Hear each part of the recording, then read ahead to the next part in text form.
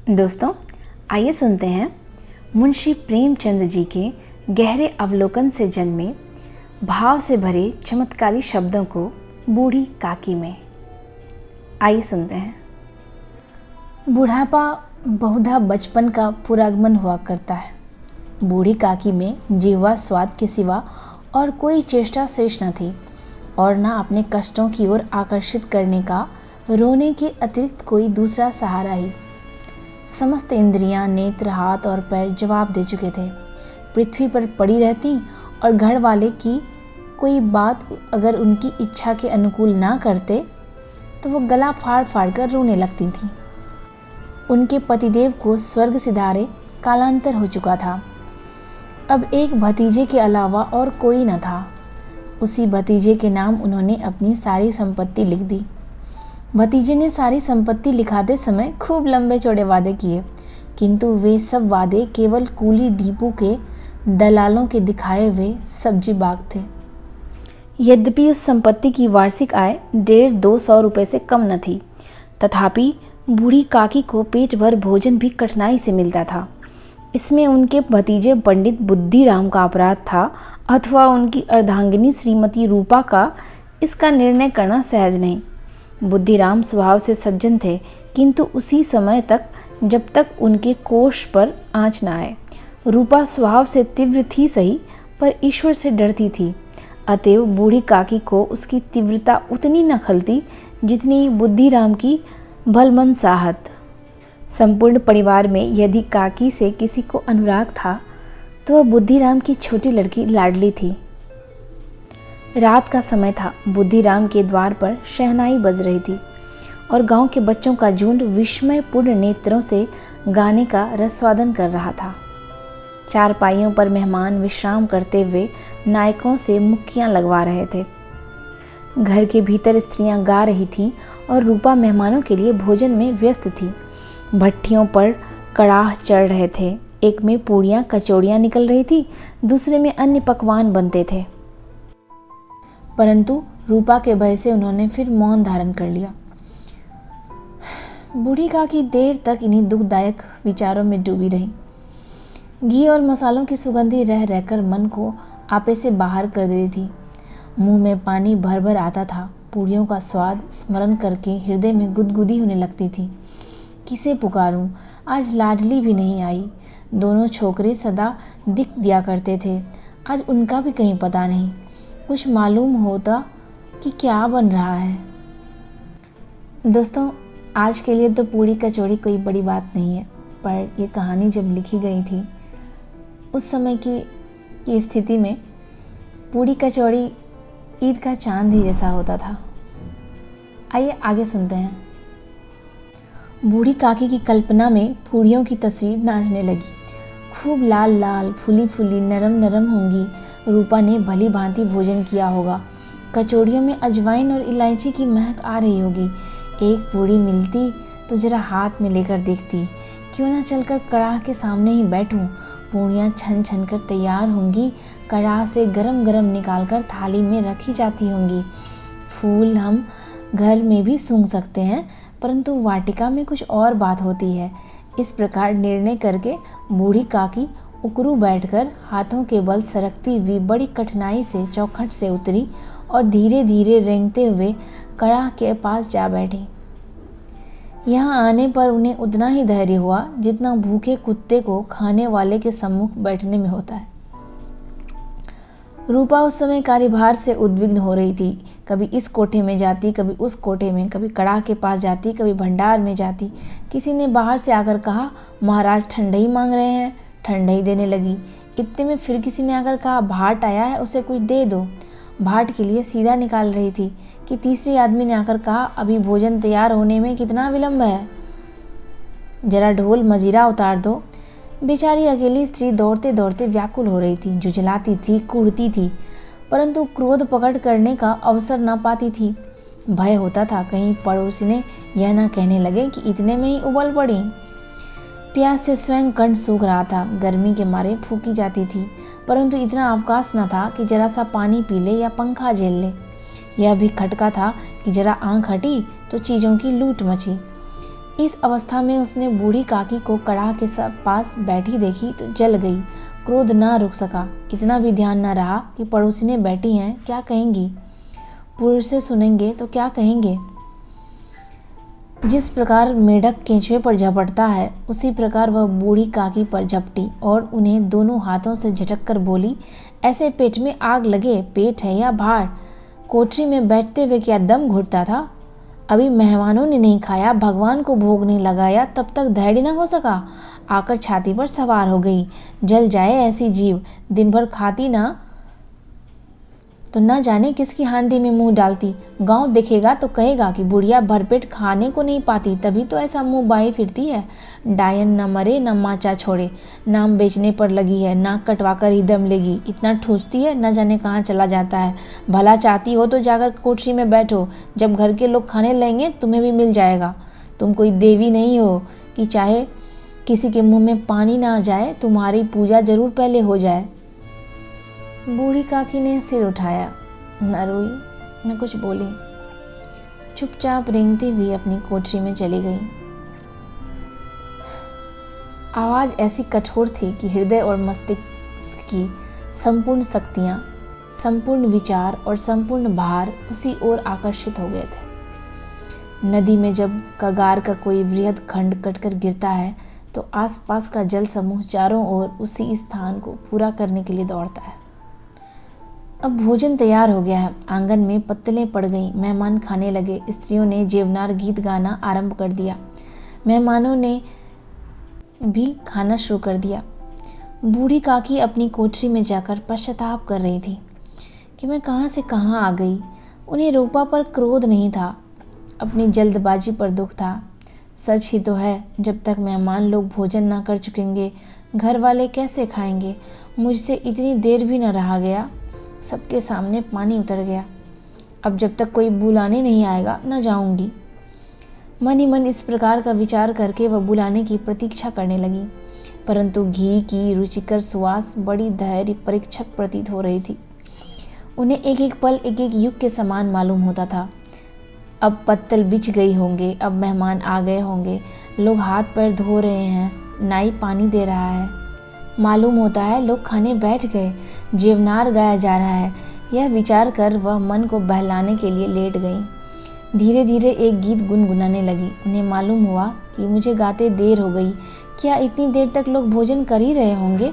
किसी की आवाज़ सुनाई नहीं देती। अवश्य लोग खा पी कर चले गए, मुझे कोई बुलाने नहीं आया। रूपा चिढ़ गई है, क्या जाने ना बुलाए। सोचती हो कि आप ही आवेंगी, वह कोई मेहमान तो नहीं कि बुला लाऊं।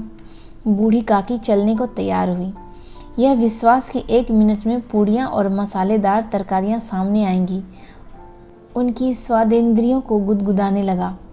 उन्होंने मन में तरह तरह के मंसूबे बांधे। पहले तरकारी से पूड़ियाँ खाऊंगी, फिर दही और शक्कर से। कचौड़ियाँ रायते के साथ मज़ेदार मालूम होंगी। चाहे कोई बुरा माने चाहे भला, मैं तो मांग मांग कर खाऊंगी। यही ना लोग कहेंगे कि इन्हें विचार नहीं, कहा करें।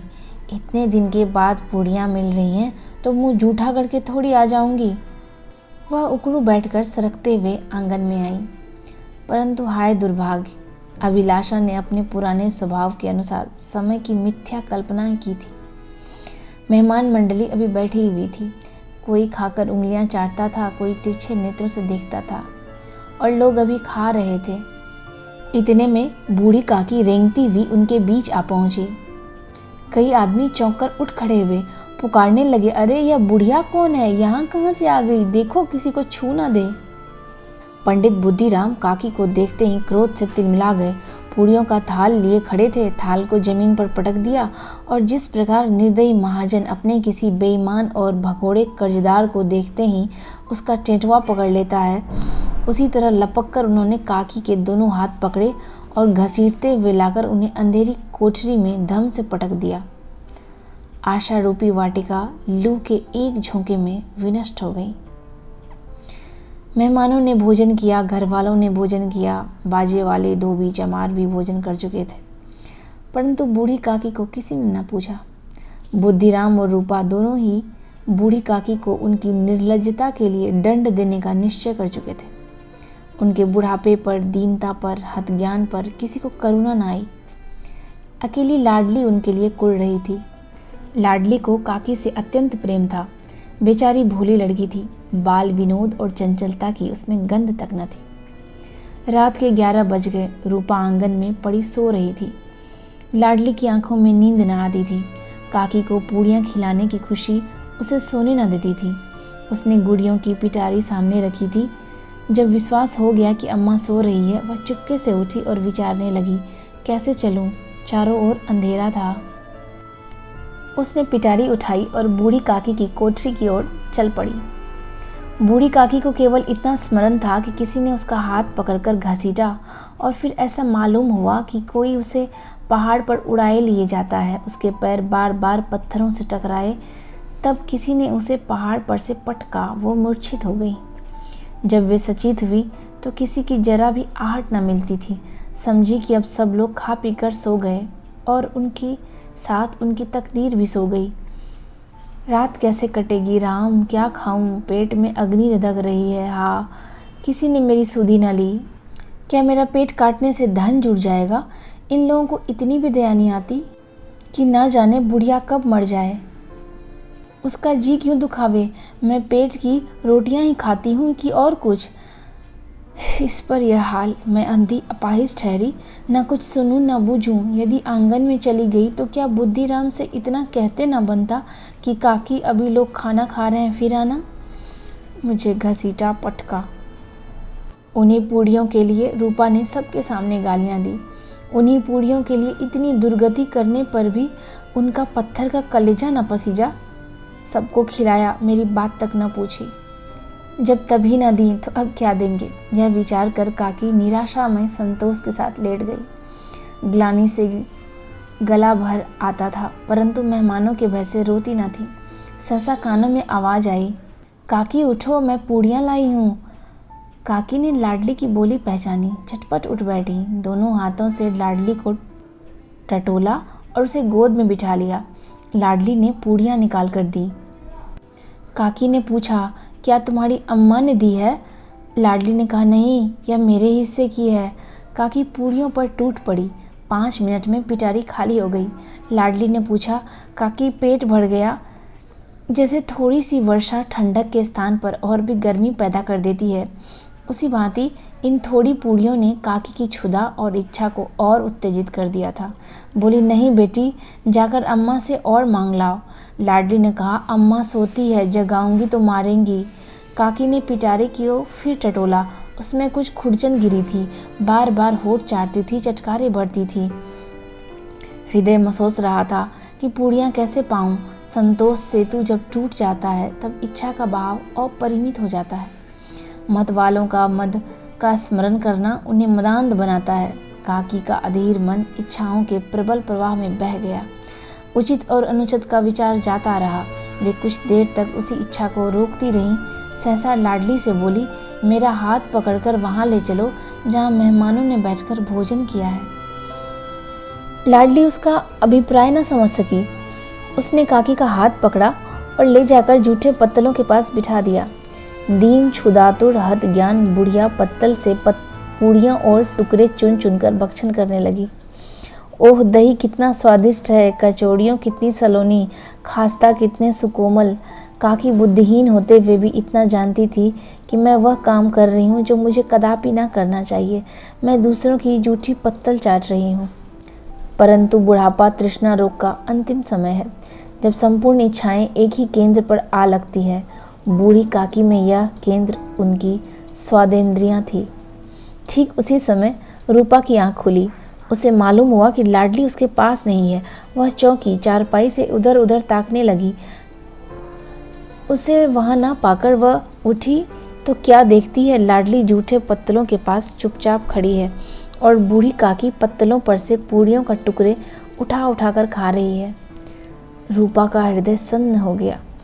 किसी गाय की गर्दन पर छुरी चलते देख जो अवस्था होती है, वही उस समय उसकी थी। एक ब्राह्मणी दूसरों की जूठी पत्थल टटोले, इससे अधिक शोकमय दृश्य असंभव था।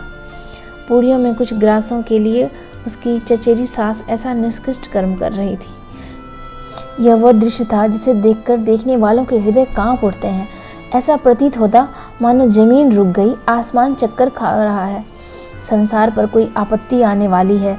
रूपा को क्रोध न आया, शोक के सम्मुख क्रोध कहाँ। करुणा और भय से उसकी आंखें भर आई। इस अधर्म का भागी कौन है? उसने सच्चे हृदय से गगन मंडल की ओर हाथ उठाकर कहा, परमात्मा मेरे बच्चों पर दया करो, इस अधर्म का दंड मुझे मत दो, नहीं तो मेरा सत्यानाश हो जाएगा। रूपा को अपनी स्वार्थपरता और अन्याय इस प्रकार प्रत्यक्ष रूप में कभी न दिखी थी। वह सोचने लगी, हाय मैं कैसी निर्दयी हूँ, जिसकी संपत्ति से मुझे 200 रुपया आय हो रही, उसकी यह दुर्गति। अपने नाम के लिए सैकड़ों रुपए व्यय कर दिए, परंतु जिसकी बदौलत हजारों रुपए खाए, उसे इस उत्सव में भरपेट भोजन न दे सकी। केवल इसी कारण तो वह वृद्धा असहाय है। रूपा ने दिया जलाया, अपने भंडार का द्वार खोला और एक थाली में संपूर्ण सामग्रियां सजाकर बूढ़ी काकी की ओर चली। रात आधी हो चुकी थी। आकाश पर तारों के थाल सजे हुए थे और उन पर बैठे देवगण स्वर्गीय पदार्थ सजा रहे थे, परंतु उसमें किसी को वह परमानंद प्राप्त न हो सकता था जो बूढ़ी काकी को अपने सम्मुख थाल देखकर प्राप्त हुआ। रूपा ने कंठारुद्ध स्वर में कहा, काकी उठो, भोजन कर लो, मुझसे आज बहुत बड़ी भूल हुई, उसका बुरा न मानना। परमात्मा से प्रार्थना कर दो कि वह मेरा अपराध क्षमा कर दे। भोले भाले बच्चों की भांति जो मिठाइयाँ पाकर मार और तिरस्कार सब भूल जाता है, बूढ़ी काकी वैसे ही सब भुलाकर बैठी खाना खाने लगी। उसके एक एक रोए से सच्ची सद्दी छाया निकल रही थी और रूपा बैठी स्वर्गीय दृश्य का आनंद लेने में निमग्न थी।